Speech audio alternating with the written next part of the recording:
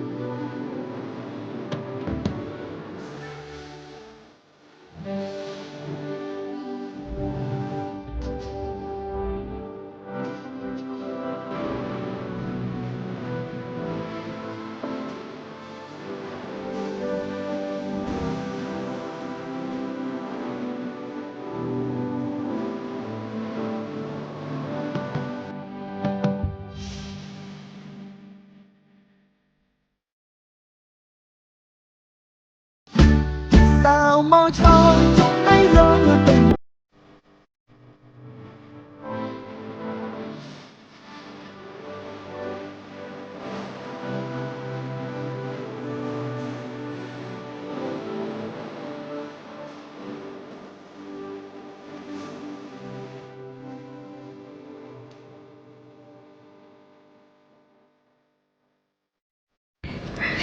สวัสดีเจ้าต้อนรับคุณผู้ชมคุณผู้ฟังเข้าสู่รายการร้อยเรื่องเล่า เฮ้ วันนี้อยู่กับหนุ่มๆวันนี้แค่ซดชื่นซดใสเลยนะคุณผู้ฟัง อู้ก็จะมาทอบหน่อยนะเจ้าขออนุญาตใจเป็นกำเมืองปกตินี่ร้อยเรื่องเราวเขาจะอู้กำไทยกันเนาะแต่วันนี้นี่หนุ่มๆมากันแบบคนเมืองแต่เลยแล้วก็ FC หลายๆคนรอคอย SL Music สวัสดีครับสวัสดีครับหมูเฮาเอสเอ็มซีครับสวัสดีครับทุกคนครับสามมชจูไอ้ลงมาเป็นปีเลยรายการสลีอันนี้สาวพะเยานะครับผม นี่ สามแม่ฝรั่งจูไอ้ชวงผู้ชมเป็นกาวฟังน้องเอลเศร้าหาว่าเฮามีเวลาครับสามแม่โจ้ทำโมดื่มการสุราสวดสาวและลาต้องโยงไฟสเทิร์นครับผมครับผม หมดละกะ หมดละ แล้วสาวสวทเชียงใหม่ ส่วนสาวล้อนลาลาต้องยกให้สาวสวทเชียงใหม่ อะไรเลิศถึงเลิศแตะนะเจ้าเดี๋ยวแนะนำตัวกำคนกันหน่อยละเจ้า สวัสดีครับผมไวท์เอสเอ็มซีครับนักร้องนำครับ สวัสดีครับผมเดย์นะครับมือกลองครับ สวัสดีครับผมต้ามือคีย์บอร์ดครับ สวัสดีครับผมเหินมือเบสครับ สวัสดีครับผมไอซ์มือกีตาร์ครับ สวัสดีเจ้าแจงอลิสาผู้ดำเนินรายการเจ้าเนียนเป็นเตอร์เปิ้ลแล้วมารวมตัวมาเป็นเป็นจุ่มกันอีกจะได้นี่ โอ้40 นาทีปอแล้วก็เมินละเอาว่าเอสเอ็มซีเฮา เจ้า เฮาอยู่กันแบบครอบครัวครับอยู่กันมา10 กว่าปีจะ20 ปีละ อันนี้เป็นไอ้เก้าไอ้ ครับ กลางน้องเล็กเนี่ยเนาะ ครับผมประมาณนั้นครับ ต่อ เข้าหัว ต่อ เข้าหัวว่ะโอ้โหเข้าหัวเหรอเอาเรื่องแล้วทำเรื่อง เป็นคนเป็นเกาเลยอ๋อ SL Music ตั้งเกามาได้อย่างไร มันตั้งเขามันอยู่บ้านเดียวกันนะครับอยู่บ้านเดียวกันผม บ้านไหน อยู่สัมปะทองครับ ซันปะตอง แม่ นี่ กุ้ เหรอ งหลง แม่กุ้งหลงตำบลเหรอ ช้างลำพูนครับ ภาษาละปูนะครับ ผมอยู่สัมปะทองครับ ซันปะตอง ผมแม่กุ้งบ้านเดียวกันเลยครับ อ๋อนี่บ้านเดียวกัน คือที่บ้านครับเป็นบ้านห้ามสอนตีครับแล้วก็ก้อยเข้ามาอยู่ด้วยกัน อยู่ด้วยกันนี่กับแม่เป็นมือกลองเข้ามาอยู่เนาะนี่เป็นน้องบ่าวผมนะครับเป็นลูกพี่ลูกน้องก็อยู่ด้วยกันแม่นี่กับมาเป็นคืออยู่ด้วยกันแม่ตั้งแต่เป็นบ่าวน้อยครับ อืม ใจเลขหลัก10ครับเลขหนึ่งอ่ะ แล้วใครเป็นคนสอนดนตรี มีน้าของผมครับชื่อประครูบุญทรงครับสอน อ๋อปอครูตอนนี้มันยังอยู่ก่อน ครับมีบ้านท่านนะครับโอ้กูอยากจะมีบ้านท่านนะครับแบบ หมายถึงว่าปันยังสอนอยู่ ก็ได้ไปป่อนะครับ อ๋อเป็นป้อของชื่ออย่างก็ เหินครับ อ๋อน้องเหิน เหิน ไอ ครับ โอเค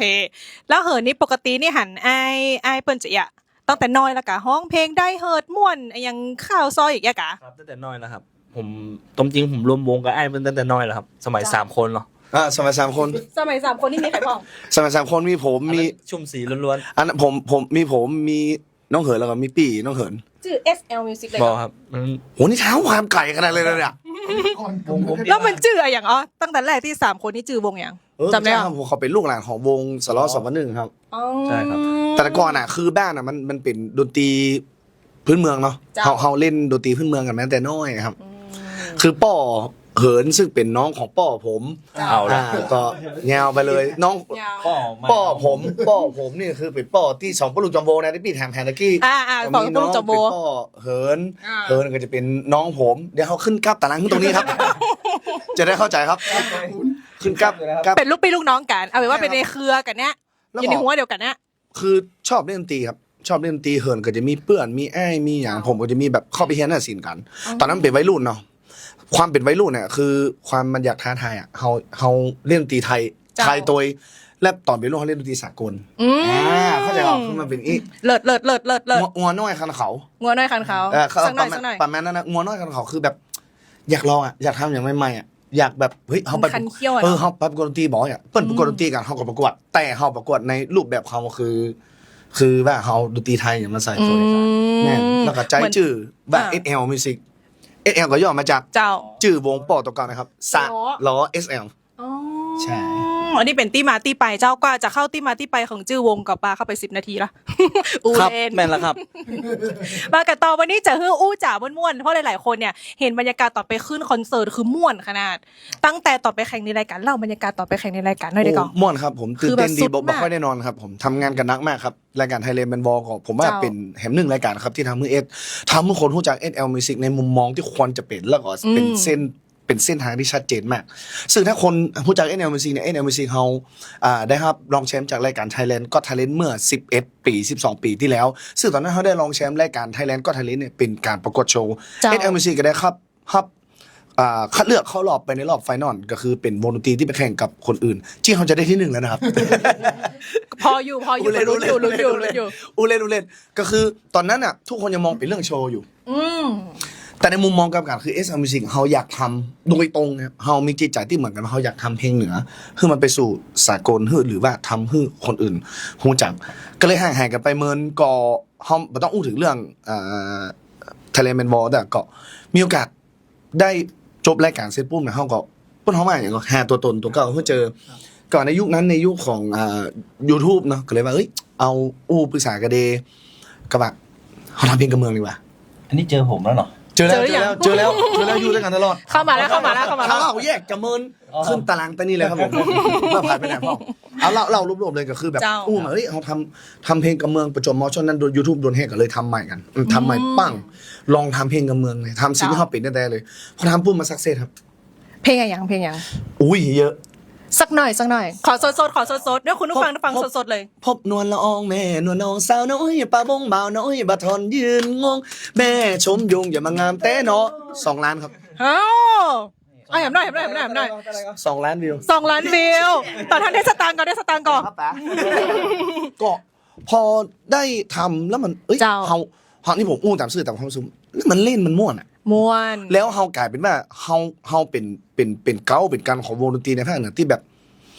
นำเพลงกับเมืองจริงๆมาเล่นในการทัวร์คอนเสิร์ตจริงๆแถมซะเพลงเวลาขึ้นคอนเสิร์ตปุ๊บเนี่ยเพลงแรกกับเมืองที่เขาจะเปิดฟอร์เลยเปิดวงเลยโอ้ตุ่มแก๊กแล้วตุ่มแก๊กเมินเนี่ยนะเข้าเนื้อเลย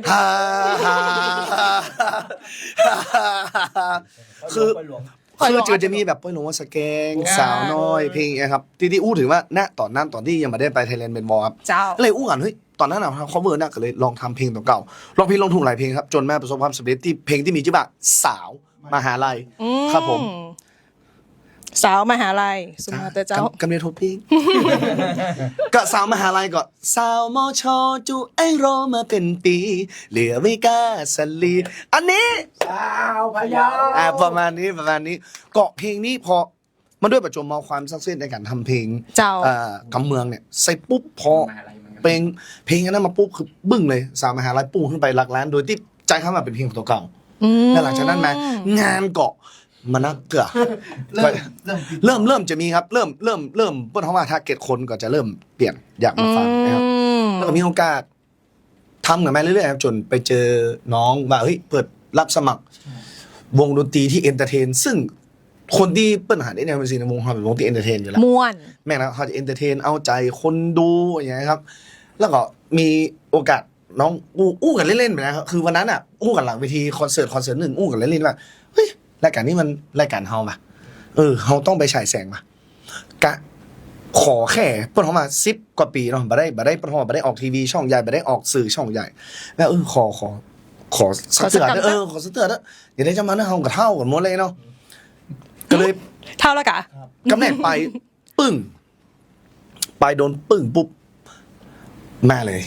เป็นเลยเปิ้นเฮาว่าอย่างไปไหนไปไทยแลนด์ไปรายการ Thailand Man War ว่าไปออกไปการไปออกเทปเดียวไม่ได้มามีจังหวะเลยการจะเล่นมุกมาได้เลยเอาแบบสักตับหนึ่งโอ้เป็นตับนั่นอย่างเลยนะเอาสักตั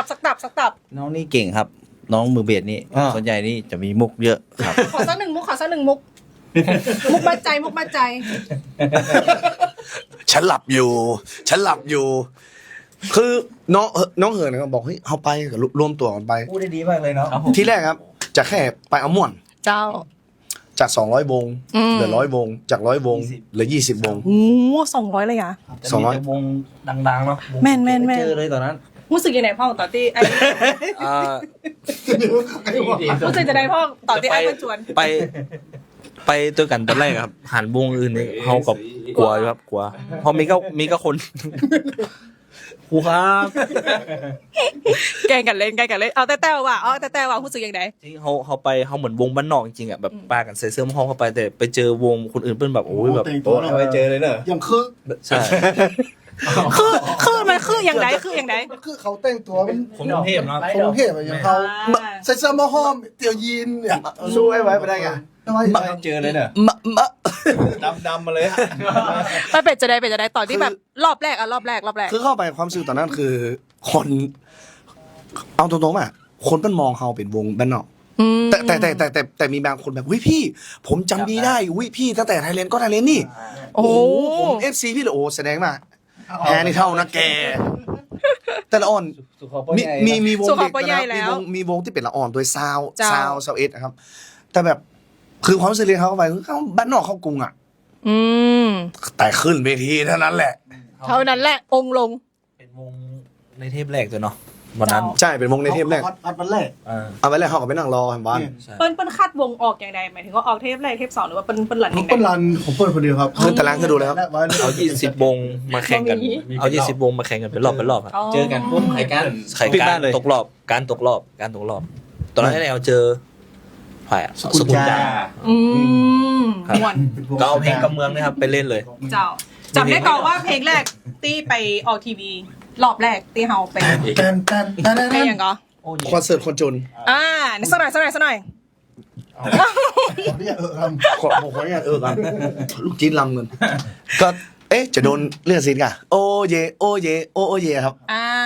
ก็จะต่อด้วยเพลงไอ้คนจนจากน้องทนกับลูกศิษย์ต่อ แล้วก็ปิดสุดท้ายด้วยซอ และการครีเอทการคิดการออกแบบการแสดงการโชว์ใครเป็นคนกึด ช่วยกันหมดเลยครับ นั่งเซ็ง แต่ก็จะมีไอเดย์นี่เพิ่นจะเป็นโปรดักชันหน่อย ไอเดนอู้ได้ อูไปแล้วกำลังดีแล้วน่ะ ก็ไอเดย์มันก็จะเป็นโปรดักชันไอเดย์เพิ่นจะมองภาพรวมเนาะนอกเหนือก็จะเป็นเรื่องซาวด์เขาก็จะช่วยกัน การทำผมต้องบอกว่าในการไปแข่ง Thailand Man Ball เนี่ยคือ SL Music อ่ะเขาตั้งใจทำงานกันมาก ถ้าทุกคนเห็นเฮานะครับดูเฮาทุกเทปทุกโชว์หรือทุก EP หรือแม้กระทั่งการสัมภาษณ์เฮาตั้งใจการทำงานทุกรายละเอียดนับกันเป็นวินาทีเลยวินาทีนะครับ SL Music ทำงานกันเป็นวินาทีไม่ได้ทำงานแบบเมื่อไหร่นั้นอย่ามาแต่เราทำงานเป็นวิธีถึงขั้นเขาถึงขั้นวัดนาทีวัดวิกันที่ว่าตรงเนี้ยถึงตรงเนี้ยเขาจะแย่งคนดู ต้องโชว์อะไรอย่าง ใช่แล้วตรงเนี้ยถึงตรงเนี้ยเขาจะแย่งคุณ และตรงเนี้ยถึงตรงเนี้ยแล้วเขาจะแย่งคนดู จนให้มันเป็นกราฟเส้นที่มันแบบปุ่งขึ้นไปแบบคน คือมันถูกวางไว้ละ โจทย์มีกี่เนี่ย4 นาทีอะหรือ5 แล้วจดแรก5 กี่นาทีแต่ละโจทย์แต่ละสัปดาห์เหมือนกัน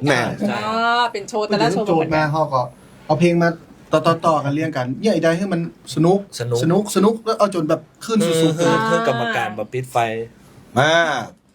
ซึ่งกรรมการก็ไม่มีใครโกงสักคน เพลินลืมหมดลุกขึ้นเต้นต่อดูนี่ก็ลุกขึ้นเต้นหน้าเวทีเลยนะได้ทีวี มันต้องจะนี่กันน้อง มันต้องเชียร์มันต้องม่วนแต่กรรมการพอเพิ่นมีใครกดเลยอ่ะ แม่นครับ ลุกขึ้นเต้นของเมากับเต้นนะ ผมก็ แม่นตาโอ้ดูแม่นครับแม่น พูดได้ดีเลย ผมก็รู้สึกดีนะครับ ผมจำได้เลยวันที่30 เมษายนปี 2568 ครั้งแรกที่ออนแอร์วันนั้นเขามีงานเขานั่งดูตัวเก่านั่งดูบ้านไผ่บ้านมันนั่งดูบ้านไผ่บ้านมัน แล้วก็หลังจากวันนั้นเสร็จปุ๊บเนี่ยชีวิตมันเปลี่ยนแล้วก็มันเปลี่ยนด้วยที่ว่ามันไม่ใช่แค่ SL Music อย่างเดียวละหลังจากนั้นมันเป็นขวัญใจมหาชน ขวัญใจวงอื่นๆตัว ผมตกใจตรงที่ว่าทุกคอมเมนต์รอ SL รอที่ดูสัปดาห์ต่อไปของ SL Music รอจุดถึงขั้นที่แบบว่าช่วงนั้น ๆเราจะลืม รอจุดมีคนว่าตกรอบไปแล้วค่ะมันไปแข่งสเตอร์ คนอย่างวนมาโบเตื้อ แล้วก็ผมเป็นคนอ่านคอมเมนต์เนาะ เจ้า แล้วผมไปเจอคอมเมนต์ที่แบบเมื่อไหร่ SL จะมาเมื่อไหร่ SL มาบัดได้เจอแค่คอมเมนต์ช่วงนั้นโอเคฮะต้องยอมรับว่าพอหลังจากวันที่30โมงก็เริ่มมีงานโชว์เยอะขึ้นเพราะอยากเห็นโชว์ในรายการที่เป็นสดโอ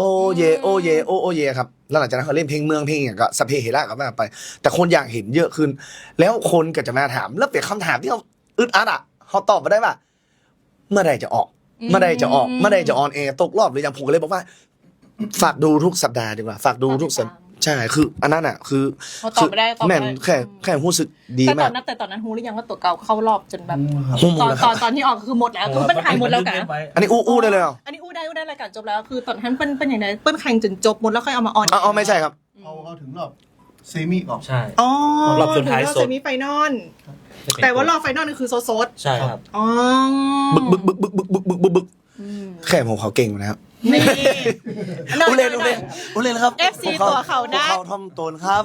ผมไม่ได้เก่งครับ เก่งแต่นี่ยอมรับเลยว่าเก่งเพราะเป็นแบบอย่างกับละออนมาเดียวเนาะ ใช่ อย่างละออนวงดนตรีฮงเฮียนเนี่ยเขาก็แบบมี SL Music เป็นไอดอลนะถึงเรื่องซอฟต์พาวเวอร์หน่อยเพราะว่าเฮานี่คือตึงแบบตึงเมืองตึงสากลตึงล้านนาคือมีซัปป้าตึงการแสดงตึงเอนเตอร์เทน ส่วนตัวของผมคือ ผมจะมีกำอู้ตีตัวเก่าตลอดว่าใหม่กว่าเอาเก่ากว่ามาแล้วอันเนี้ยคือผมจะเอาไว้ในหัวอกหัวใจตัวเก่าโดยส่วนตัวผมเป็นคนชอบของโบราณแล้วก็ชอบศิลปะโบราณ เจ้า แต่หลายคนอาจจะถ้าหู้จักผมอะผมไปจ้างซอตัวเอง สักหน่อย โอ้บ่ได้ครับมันมีปีมันมี ยก ซึ่ง มือ10 นิ้ว มาได้ครับ แรก เดี๋ยวจอยให้ฟังดีกว่า จอย ซึ่งผมเป็นคนหลงไหลในความโบราณหลงไหลแต่ประจวบเหมาะกับอยู่กับ NL Music อะดันมีความมันเป็นแบบความหลงไหลในความโบราณเหมือนกัน แล้วก็แบบประจวบเหมาะกันแบบอยากทำอย่างใหม่ เป็นคอนเทมไปเลย ๆใช่มันก็จะไปแบบปึ้งไงครับ มันจับกันเนาะจับพริก แม่น จับเกลือ แม่นโมปะโทเลือกอันนี้คือการผมมักที่สุดเลยอะ หน่อยจอย เดี๋ยวผมจะจอยนะยกมือ10 นิ้วกายกิ้วเกษา สารนะลูก ยกมือวันตาพี่น้องเหนือใต้ SL Music พร้อมหับใจโทรไปเถอะ0846494091หรือว่าโทรไปเบอร์พี่ฝนหรือว่าเข้าไปที่หน้าเพจติดต่องานได้ว่างเปิดเลอะ สารนะลูกสืบสาร ต้องเริ่ม มันน่าจะอีนะสืบสารเนอะ ม่วน อันนี้คือจอย เวลาพี่ไปเปิดวงหรือไปเล่นตอนปิดวงก็จะจะยะก่อน มัน จังคือ มันแล้วแต่บริบทงานครับเขาจะมีสคริปต์แต่ทุกงานที่เขาไปมีสิแบบเคยลืมความเป็นเหนือเลยแม้แต่ครั้งเดียว หรือว่าเพลงที่ทำออกมา ที่เขาจะมาโปรโมทวันนี้ แต่แค่ฟังซิงเกิลแรกก่อนอ่ะสักหน่อยจำได้ยัง เอาเลขจากตัวไหน เลขจากตอนไหน พุทโธธรรมโมสังโฆพุทโธ จบรายการครับ จบรายการไทยแลนด์แบนด์บอลหรือว่า จบรายการไทยแลนด์ จบรายการไทยแลนด์แบนด์บอลคือที่ดังๆเลย ที่ดังๆมันบัดดัง ดังอยู่ คือ เขาดังๆอ่ะ คือเราทำเพลงออกมาครับคือผมยังบอกว่ามันเพลงที่หลังจบรายการไทยแลนด์แมนบอลเนาะที่จบมาปุ๊บเนี่ยเขายังเป็นเฉพาะกลุ่มอยู่แต่เพลงเนี่ยเขาตั้งใจทำเพื่อเป็นของขวัญปีใหม่ส่งท้ายปีเก่าต้อนรับปีใหม่ปี68ที่ผ่านมาคือเขาอยากให้มันเป็นของขวัญทุกคนที่ไปได้ปิ๊กบ้านนะครับ ใจบวม บัดใจ ๆเอ้า บัดใจที่ก่อนหนั้าน ก่อนหน้านั้น คือเพลงบอกเคยลืม บักเกยเลย บ่มองตัวตนบ่มันเป็นเรื่องของการบ่มองตัวตนตัวเองแล้วก็ทำให้ MV อ่ะก็ทำให้เป็นของขวัญกับคนที่บ่เคยลืมบ้านยังจำคำที่พ่อสอนคำที่แม่บอกผมอย่ามาเอาท่อนนี่ เอาท่อนฮุกกัน จะปีกไปกราบลงแนบอิงโซตรงตั้งที่เคยจากมาเนิ่นนานเต้าได้บอกเคยได้กลับไปที่มีแต่คำว่าห่วงใยเดี๋ยวจะประมาณนี้ครับ แล้วก็ขึ้นเพลงกันเลยครับผมพูดในมุมมองครับ เจ้า มันเหมือน NLMC ที่เขามาเคยลืมความเป็นแบบเนี้ยความเป็น ความเป็นเจียงใหม่ความเป็นล้านนา ใช่ ความเป็นดนตรี เพราะว่า เมือง วาไรตี้ร้านนาวาไรตี้เนี่ยครับแต่ตี้สำคัญเลยก็คือ ตี้สำคัญ ใจบวมๆครับ เพลงนี้ ฟังเตอะกะฟังไขควงเตอะกะโปรมาก่อนโปรมาก่อนการทำเพลงแต่ละเพลงเนี่ย ทีมได้ช่วยกันทำอะไรอย่างกันพ้อง โอ้ตั้งแต่เพลงแต่โชว์อู้กันอีกดีกว่าทั้งโชว์ในรายการทั้งเพลงทุกเพลงที่เราทำครับ เจ้า คือเราจะมีกันนั่งคุยกันเลยเพลงอีต้องอีเพลงอีต้องอีเพลงอีต้องอี แล้วจื่อเพลงอะตกลงกันอย่างไร คือ มีสมาชิกนักกะจะตกลงกันอย่างไร ชื่อเพลงส่วนใหญ่ ถ้าช่วงก่อนก็จะเป็นน้องวีไอ้คัมแบ็กไหม แต่งเพลง อ๋อเปิ้ลแต่งฮือ แม่นไอ้คัมแบ็กไหมแต่งเพลงมาฮือ เจ้า เพลงมาฮือพี่เพลงนี้ดีกว่าเพลงนั้นเฮ้ยดีๆเพลงนี้เอาไปทำไอ้ครับ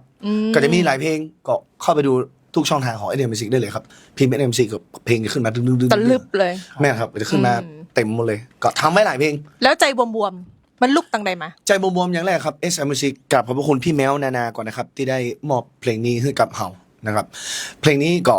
เป็นหนึ่งในเพลง5เพลงที่เฮามีโปรเจกต์จะทำ5เพลงเลยนะครับ 5 เพลง ตอนนี้ทำไปแล้วกี่เพลง ไปแล้ว2 ไป ไปแล้ว2เพลงก็คือบอกเคยลืมกับ เจ้า กับ ใจบวม ใจบวมๆครับใจบวมๆนี่ก็ไอ้แมวเปิ้นก็เอาฮื้อนะครับ ซึ่งโอ้ยใหญ่เดีย เปิ้ลเป็นไผ่นะ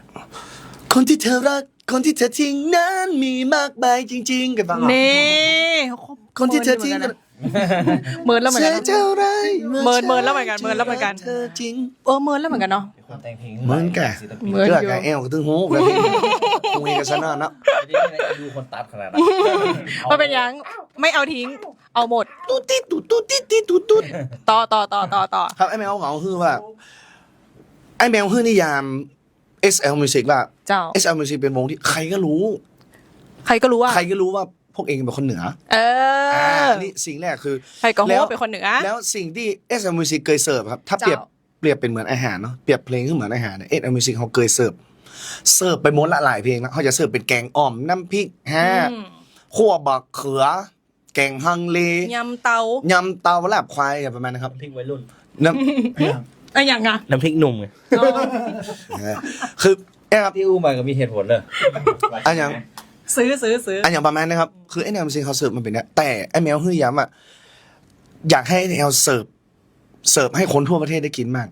คือผัดกะเพราไข่ดาวก็ เม กิน นูง่ายๆ ใช่คืออยากจะให้เพลงเนี่ยมันง่ายแล้วเข้าถึงคนได้ง่าย เจ้า เด็กร้องได้ผู้ใหญ่ร้องดีมันเข้าร้านอาหารอะกะเพราไข่ดาวข้าวผัดไข่ดาวเนี่ยครับอยากเปรียบก็เหมือนเพลงใจบวมๆนะครับซึ่งเป็นซิงเกิลแรกของ NL Music ที่เป็นภาษากลาง สักหน่อยอันนี้ห้องได้เต็มเพลงนะนี่ เต็มเพลงเลยอ่ะ เต็มเพลงเลยลองดูเวอร์ชันสดๆกับเดี๋ยวเปิด MV ตอนท้าย ไอเซอร์ดอนมันมีเวอร์ชันคาราโอเกะหรอมีหรือยัง เฉ อ่ะ พาะเนื้อร้องมีไหมเฉพาะเนื้อร้องมี มี ก่ ก็ อนอย่าง เฮ้ย เกิดอะ มันต้องมีก่ะ เวอร์ชันเนื้อเพลงอ่ะเฉพาะเนื้อเพลงอ่ะ คาราโอเกะด้วยก่อน อุ้ยอย่าพูดคำ อัน นี้ นี้เอาแต่นะอูได้ อันนี้ว่าไร อ๋อหมอมีโอเคมันก็จะขึ้นผมว่าเอาท่อนฮุกเลยเนาะ ท่อนฮุก อยากเจอคนใจอะไรที่มันบวมอะไรที่มันท่วมมันพอจะมีบ้างไหม ฉันขอไปนั่งในใจ ฉันขอไปนอนข้างใน ได้ไหมตามเห็นสมควร อยากเจอคนใจอะไรที่มันบวมอะไรที่มันท่วมมันพอจะมีบ้างไหม สัญญาจะรักหมดใจสาบานจะไม่นอกใจ มีไหมนะประเทศไทย คนใจบวมเนี่ย โอ้ยท่านนะฮักไหนๆมาสอนท่าคุณผู้ชมหน่อยท่านฮุกพรีเซนต์ตรงกลางเลย เอาแล้ว อ๋อลูกมันเป็น คนเดียวเต้นได้ก่อน เดี๋ยวผมจะเอาตัวนี้เลย โอเค1 2 3สาธิต อยากเจอคนใจอะไรที่มันบวมอะไรที่มันท่วมมันพอจะมีบ้างไหมฉันขอไปนั่งในใจ ฉันขอไปนอนข้างในได้ไหมตามเห็นสมควร อยากเจอคนใจอะไรที่มันบวมอะไรที่มันท่วมมันพอจะมีบ้างไหม สัญญาจะรักหมดใจสาบานจะไม่นอกใจ มีไหมนะประเทศไทย คนใจบวมโต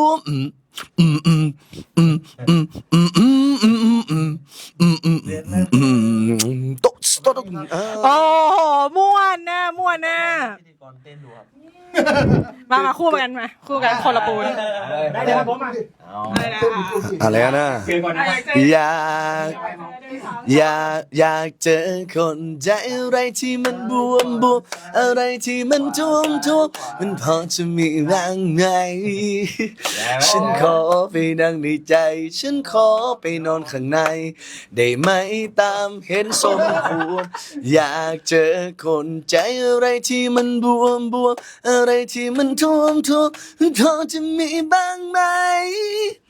สัญญาจะรักหมดใจสาบานจะไม่นอกใจ มีไหมนะประเทศไทย คนใจบวมครับมันเป็นใจท่าอุ้มลูกครับ ใจบว ครับใจบวม มวน ถ้าเต้นมันก็จะเป็นแบบนี้ นั นะ ก ค ร้ รั อบ งลองเต้นบ้างไหมนักร้องนำลองเต้นบ้างไหม โอ้ยผมเต้นบ่อยแล้ว เต้นมันละอี เต้นมันแล้ว โปรโมทช่องทางการติดตาม ทุกช่องทางเลยครับ พิมพ์แค่ SL Music SL Music ทุกช่องทางเลยครับ พิมพ์เข้าไปเลย SL Music เจอหมดเลยครับทุกช่องทาง แม่น ทุกจังหวัดตัวเอง SL Music สิ SL Music สิ อืม SL Music เลย จริงๆแล้วเนี่ยวันนี้ตั้งใจนะที่จะแบบมาฟังเหล่าเจีย เพราะว่าพอเห็นแบบปอลูคิโวยกับปากในไส้เงาอู้มวน คนละอันคนละช่องอะ ก็เป็นอย่างโปรโมทได้โปรโมทได้โปรโมทได้โปรโมทได้ อันนี้ไม่อะไรเลย ช่องเราโปรโมทได้หมด ผมโปรโมทเพลงก็อยาก อ่า อยากจะให้ทุกคนที่ได้ดูก็ เจ้า ฝากสนับสนุนวงดนตรีน้อยๆนะครับที่กำลังตั้งใจทำผลงาน อืม ให้กับทุกๆคนได้มีความสุข เจ้า ครับแต่เพลงนี้มันต้องกลัวครับแต่เนื้อเพลงอาจจะเป็นภาษากลางหมดแต่วันนี้เพลงนี้เราเอาซึ้งใส่ตัวเนื้อ มีเวอร์ชันกำเมืองอ่ะ โอ้มาได้แปลงนะครับ น่าจะมีอ่ะแล้วถ้าเป็นซิงเกิลที่ 3 เพลงที่ 3เหรอ จะเป็นแนวไหน ก็ยังโมโหนะครับก็ยัง จะมียัง ยังมี เพลงเร็วหมด ที่เหลือนะครับยังรู้ว่าจะเอาเพลงไหนออกก่อน อ๋อแต่มีละมีแล้วนะเจ้ารอติดตามกันได้ จริง ๆ แล้วเนี่ยอยากจะให้ทุกคนเนี่ยฝากกำคนได้ก่อนอ่า กันเลยครับ เริ่มจากตรงไหนก่อนฝากเลยเร็ว ครับฝาก อ้อนแฟนครับผมขอฝากวง SL Music ไว้ในอ้อมใจด้วยนะครับ อย่าลืมนะครับเสิร์ชหาง่ายๆครับ YouTube Facebook TikTok มีหมดเลยครับ SL Music ครับผม ต่อ แล้วก็อยากฝาก ทำเป็นไหนก่อนทำเป็นไหน แล้วก็ฝากทุกคนไปช่วยกันเต้นเพลงใจบวมๆนะครับแล้วติดแฮชแท็กใจบวมๆช่วยกันโอเคครับ โอเคฝั่งนู้น ฝากพี่น้องคุณยองลำพูนเชียงใหม่ทุกคนนะครับ ติดตามเพลงใจบวมๆแล้วก็เต้นกันด้วยนะครับ นี่พี่น้องเจ้ายอง ก็แต่ที่ผมบอกว่าคือผมอยากจะบอกว่า ช่วยไปกดฟังกดแชร์กดไลค์ เจ้า บอกว่าจะเพลงใจบวมๆแล้วเพลงอย่างของ SM Music ตัวนะครับ ฝากพี่น้องชาวเหนือนะครับแล้วก็คนทั่วประเทศเลย ช่วยให้เพลงเหนือดังหน่อยเนาะ ครับ พวกเราจะได้มีกำลังใจนะครับ เจ้า ในการทำเพลงแบบนี้ครับ เจ้า ขอบคุณครับ FC ของ SL Music มีหลายกลุ่ม ตั้งแต่ละออนไปจนถึงคนเฒ่าคนใหญ่คนมีสูงไว้อย่างเงี้ยอยากจะฝากอย่างถึงเปิลโดยเฉพาะทีละกลุ่มเลยกลุ่มเด็กอยากจะอู้อย่างถึงน้อง ก็อู้ถึงถ้าผมอู้ถึงน้องๆที่น้องๆวัยเจนซีเนาะก็ขอบคุณน้องๆนะครับที่ได้ดูคลิปของ SL Music ทุกๆคลิปแล้ว น้องๆหันหมู่เฮาเป็นตัวอย่างที่ดีในการอยากจะ เฉพาะเรื่องดีๆนะ สืบสานศิลปะอนุรักษ์วัฒนธรรมศิลปะล้านนาอาทิเช่นการห้องเพลงกำเมือง ๆ หรือการไปประกวดดนตรีก็ถึงวงพี่วง SL Music เอาเพลงกำเมืองไปประกวดนะครับก็ต้องขอบคุณอันนี้สำหรับน้องๆวัยรุ่นเจนซีนะครับ เจ้า สำหรับพ่อจ๋าแม่จ๋านะครับเนาะติปะหมูเฮาอันหน้าเวทีนะพ่อจ๋าแม่จ๋านะครับเนาะจะไปลืมเนอร์นะครับSL Music ฝากวงน้อยๆวงนี้มาตัวเพลงใหม่ของหมูเฮาเนอร์นะครับเนาะใจบวมๆครับแล้วก็เหมือนที่เดย์บอกครับฝากผลงานทุกเพลงของ SL Music เลยครับผม แล้วก็ติดตามกันตัวว่า SL Music จะไปขึ้นคอนเสิร์ตที่ไหนไปออกงานอะไรอย่างตังใดพ่องนะเจ้าตีเพจของ SL Music ได้ทุกช่องทาง และที่สำคัญที่สุดนะเจ้ากำลังใจน้อยๆในวันนี้ก็ฝากกดไลค์กดแชร์เพจสวทเชียงใหม่ PRD ตัว ครับผม สวทเชียงใหม่ PRD เราจะได้ติดตามข้อมูลข่าวสารดีๆ แล้วก็สนับสนุนศิลปินคุณภาพลูกหลานคนเหนือบ้านเฮาต่อไปนะเจ้าสำหรับวันนี้รายการร้อยเรื่องเล่าเราจะลาไปพร้อมกับมิวสิกวิดีโอใจบวมSL Music